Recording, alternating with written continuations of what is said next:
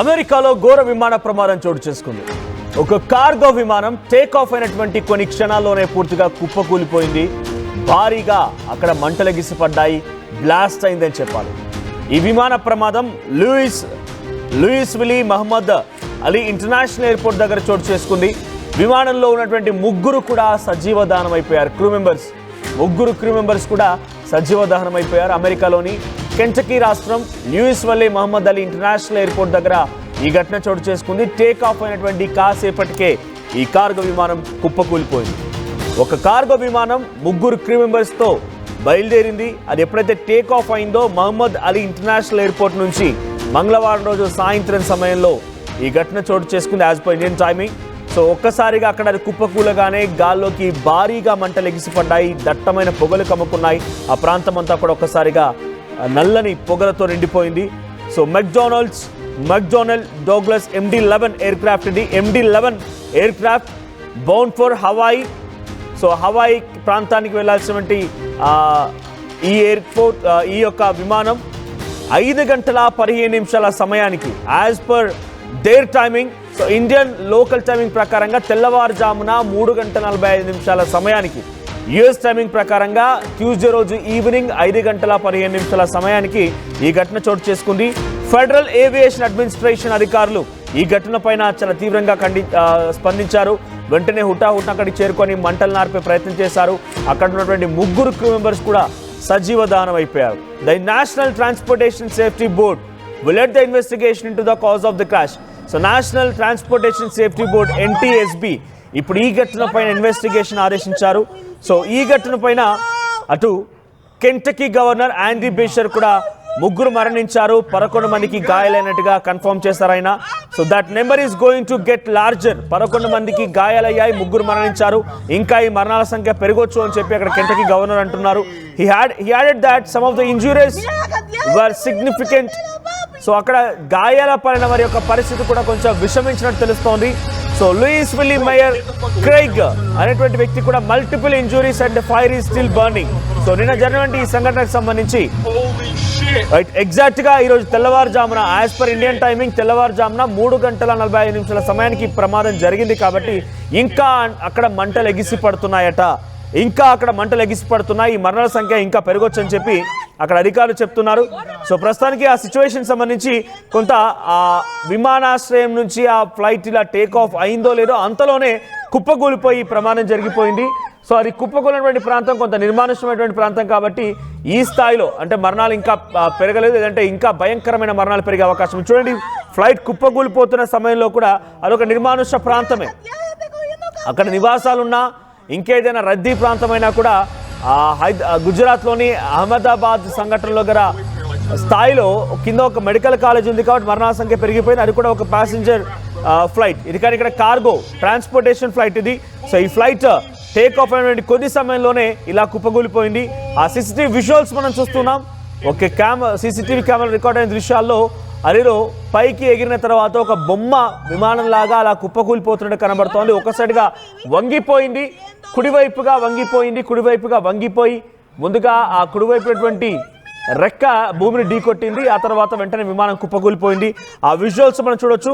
So నిత్యం Louis నుంచి అటు 2,000 ఫ్లైట్స్ ప్రయాణం అవుతూ ఉంటాయి. Louis Muhammad Ali international airport నుంచి ఒక రోజుకి 2,000 విమానాలు ఎగురుతూ ఉంటాయి. దాంట్లో 200 దేశాలకు వెళ్తూ ఉంటాయి. సో దాంట్లో సుమారుగా 516 ఎయిర్ క్రాఫ్ట్లు అంటే కేవలం లాజిస్టిక్స్ అంటే ట్రాన్స్పోర్టేషన్ కోసం వినియోగించేవే. సో దాంట్లో ఒక విమానం ప్రమాదం ఇది. సో 294 ఫ్లైట్స్ ఉన్నాయంట. So owned planes and rest under leases or charters. So ఇదే విమానం నుంచి Louis serves as the main air hub for UPS. So అటు పెద్ద ఎత్తున ఈ విమాన ఆశ్రయం నుంచి పెద్ద ఎత్తున కార్గో సర్వీసులు వెళ్తూ ఉంటాయి. సో ఆ కార్గో సర్వీసులో ఇప్పుడు ఈ ప్రమాదం గురి కావడం అనేది ఎయిర్పోర్ట్ అధికారులు చాలా తీవ్రమైనటువంటి దిగ్భ్రాంతి వ్యక్తం చేస్తున్నారు. ఒకసారి లైవ్ విజువల్స్ చూద్దాం.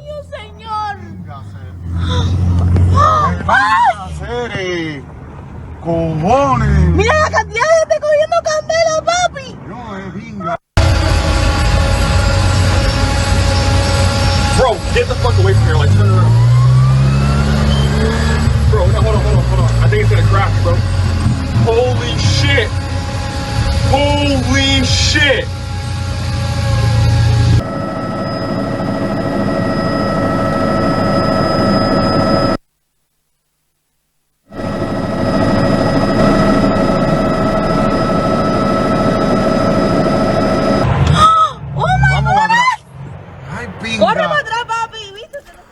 రైట్, అసలు ఈ వరుస విమాన ప్రమాదాలకి కారణం ఏంటి? సో షార్ట్గా మీకు చెప్పే ప్రయత్నం చేస్తాను. అమెరికాలో షట్ డౌన్ కొనసాగుతోంది. షట్ డౌన్ అంటే ఒక ఫైనాన్షియల్ ఇయర్కి తమ బడ్జెట్ని మొత్తాన్ని కేటాయిస్తూ నిర్ణయం తీసుకుంటారు. దేనికి ఎంత, ఎలా ఉంటుంది, ఎటువంటి పద్ధతులు ఉంటాయనేది అక్కడ ప్రభుత్వం నిర్ణయం తీసుకుంటుంది. దీనికి అధ్యక్షుడు ఆమోద ముద్ర వేయాల్సి ఉంటుంది. ఫైనాన్షియల్ ఇయర్ మొత్తానికి కూడా ఎంత బడ్జెట్ ఉంటుంది, ఎలా ఉంటుంది అనేది ఒక స్టేట్మెంట్. అయితే ఇప్పుడు షట్ డౌన్ పరిస్థితి ఎందుకు వచ్చిందనంటే ఆ బడ్జెట్కి సంబంధించి ఇంకా ఆమోద ముద్ర పడలేదంట.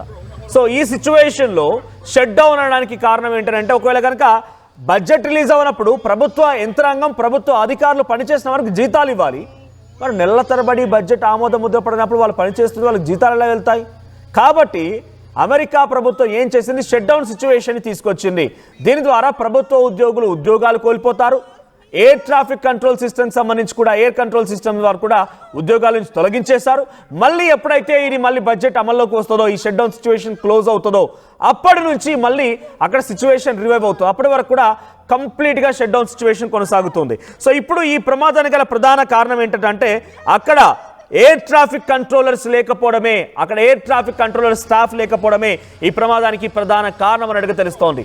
షట్ డౌన్ ఆపరేషన్స్ ఉన్నాయి. షట్ డౌన్ ఉండడం మూలంగా సరైనటువంటి సిబ్బంది లేరు, సరైనటువంటి విమానాలు నడవడం లేదు. విమానాలు 1-2 మాత్రమే అక్కడ తరచుగా జరుగుతున్నాయి, కానీ ఎక్కువగా విమానాలు పూర్తిగా కూడా రద్దయిపోయాయి, క్యాన్సిల్ అయిపోయాయి.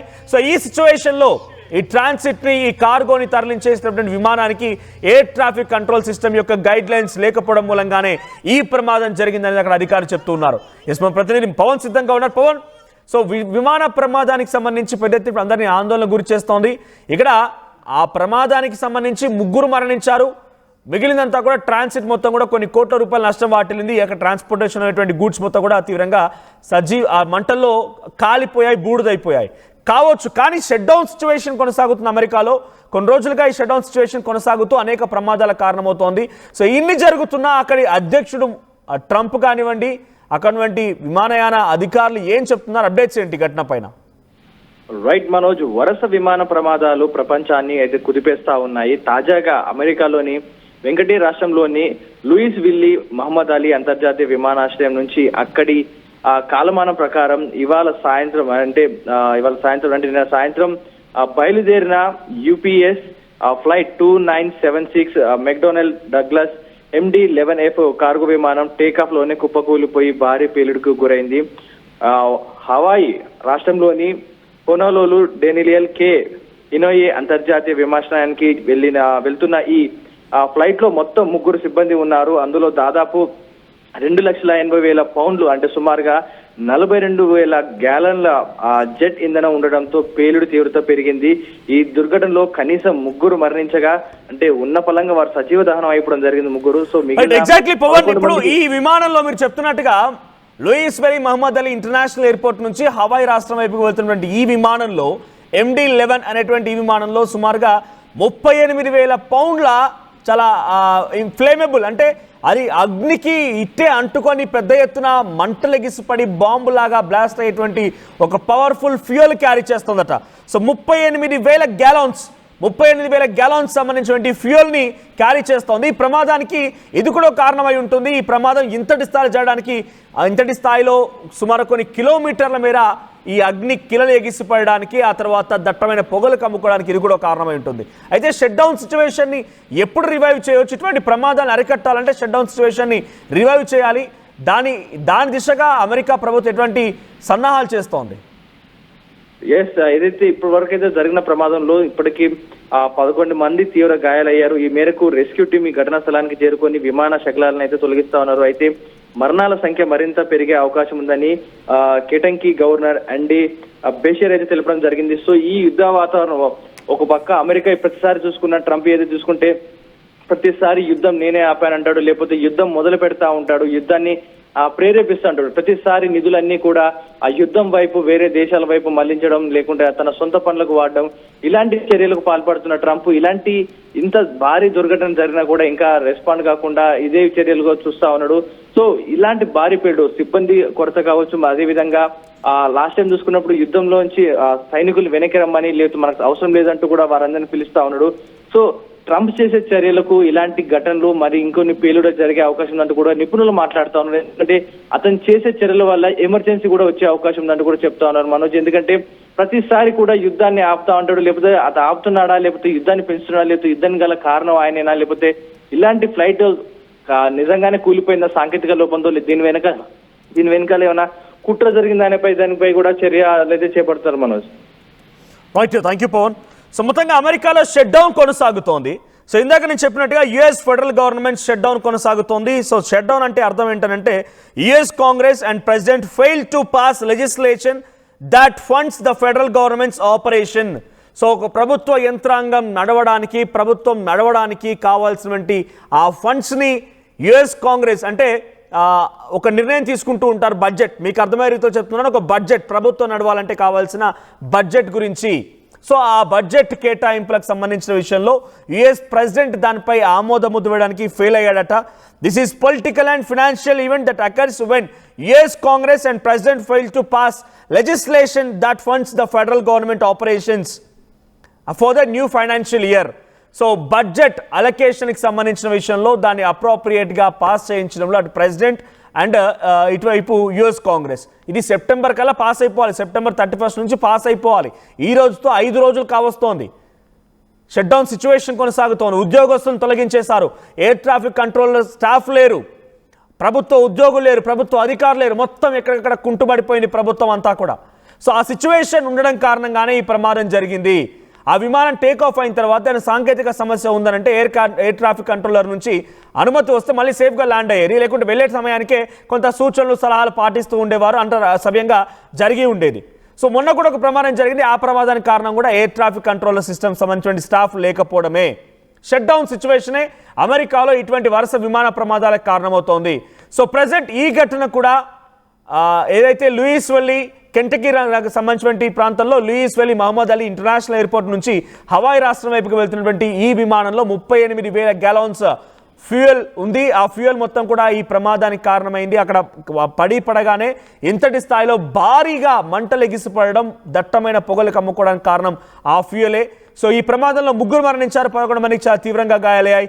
ఇంకా ఈ షట్ డౌన్ సిచ్యువేషన్ కొనసాగితే ప్రభుత్వం మొత్తం కూడా అతలాకుతలమై ప్రజలే తిరుగుబాటు చేసి ట్రంప్ని కొంత ఇబ్బందులకు గురి చేసి ట్రంప్పై వ్యతిరేకత కనబరిచి ట్రంప్ని పరిగెత్తించే పరిస్థితి కూడా రాబోతుందనేది అటు అమెరికాలోని డెమోక్రటిక్ పార్టీస్ చెప్తున్నాయి. సో ఏదేమైనా ప్రస్తుతానికి సిచ్యువేషన్ అవుట్ ఆఫ్ కంట్రోల్లో కనిపిస్తోంది.